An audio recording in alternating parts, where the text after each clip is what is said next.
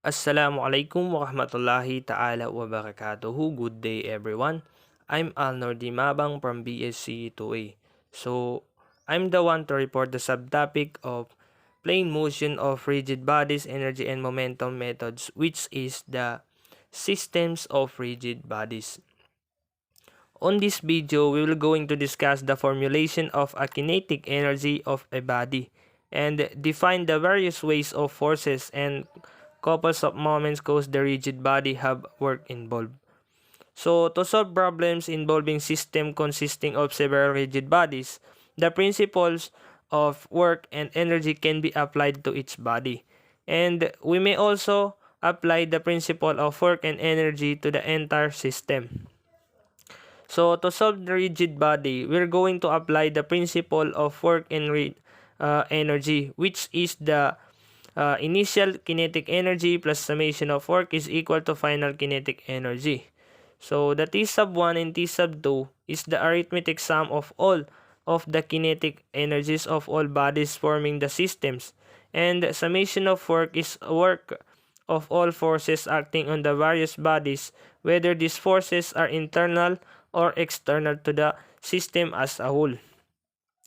So, for this example, so hindi ko na basahin, kayo na yung magbasa ng problems. On this example, the moment applied was not constant. So, we have a disk and we need to figure out the angular velocity after go to 2 revolutions. So, here's the FBD. We have the weight, the reaction in point O, and meron ding moment. So, for principle of work and energy equation, so T sub 1 is the initial kinetic energy is 0 since everything starts from rest. And to find the final kinetic energy, we need to use the kinetic energy and rotation about the fixed axis. So, since kulang yung given to solve kinetic energy and rotation about the fixed axis, we need to find the mass moment of inertia about point O. So, since point O is at the disk, gamitin natin na equation is ito. Mass moment of inertia is equal to 1/2 times mass times radius squared. So, substitute lang yung value. The mass is 20 kg and the radius is 0.3 meter. So, to solve that, lalabas na sagot is 0.9 kg times meter squared.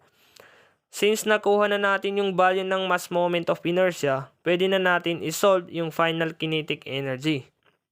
So, substitute lang yung value 1/2 times 0.9 times angular velocity squared. So, the answer is 0.45 angular velocity squared. So, for the work that's have been done only, the moment applied will do any work, but notice it is not a constant value. So, we need to integrate. The lower bound is 0 and the upper bound is 4 pi. Since 1 rev is equals to 2 pi and the 2 rev is 4 pi.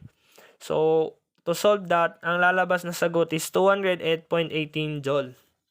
So, since nakuha na natin yung mga value ng principle of work and energy, pwede na natin isolve and substitute yung formula, which is yung initial kinetic energy is equal to 0 and the final kinetic energy is equals to 0.45 angular velocity squared and yung work is 208.18 joules. So, 0 plus 208.18 is equal to 0.45 angular velocity squared. So, kapag isolve yan, ang lalabas na sagot is angular velocity is equal to 21.51 radian per second.